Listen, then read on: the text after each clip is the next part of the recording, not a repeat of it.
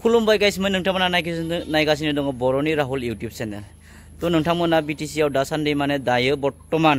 मानि दावराव जागासिनो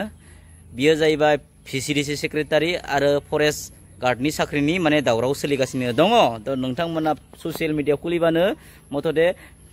बेनि सायाव सरसा जानायखौ नुगासिनो माने बयबो नुगासिनो नङा होमबा तो जिखि जाया बे मोननै माने बेथ' सरसा जाबाय थागोन तो आरो दंबावो नङा होमबा बेनो जाहैबाय टेट नङा होमबा एलपि आरो इउपि बिनि उनाव मोनसेया जाहैबाय ग्रेड 3 ग्रेजुवेट लेभेल आरो हाई सेकेन्डारि लेभेल आरो मोनसेया जाहैबाय मा होनना बुङो ग्रेड 4 तो बेखिनानि मोनसे दावराव सोलिनो दंबावोसो नङा होमबा तो दा मा जालायो मा बिखंगति ओंखार दा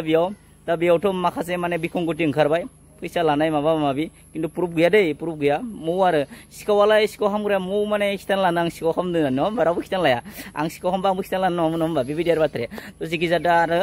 दा टेटनि बिनि उनाव grade 3 graduate level high secondary level बिनि उनाव ग्रेड 4 बिनि दावराव सोलिगासिनो माने फैनो दंबावोसो नोंथांमोना नङा होमबा नोंथांमोना बिनि माने दावरावखौ नुनो दंबावोसो तो जिखि जाया खुब सम्भब माने बेखिना माने बिनि रिजाल्टफोरा एमसीसी कन्डाक्ट माने जानाय सिगांनो डिक्लेयार जागोन सब सम्भब ग्रेड 3 निया दिनै खै तारिख 18 नङा होमबा 19 नङाबा 20 दै गाबोन नङाबा समफोर ग्रेड 3 नि रिजाल्टआ आउट जानो हागौ आरो ग्रेड 4 निखौ आसा खालामजायो आरो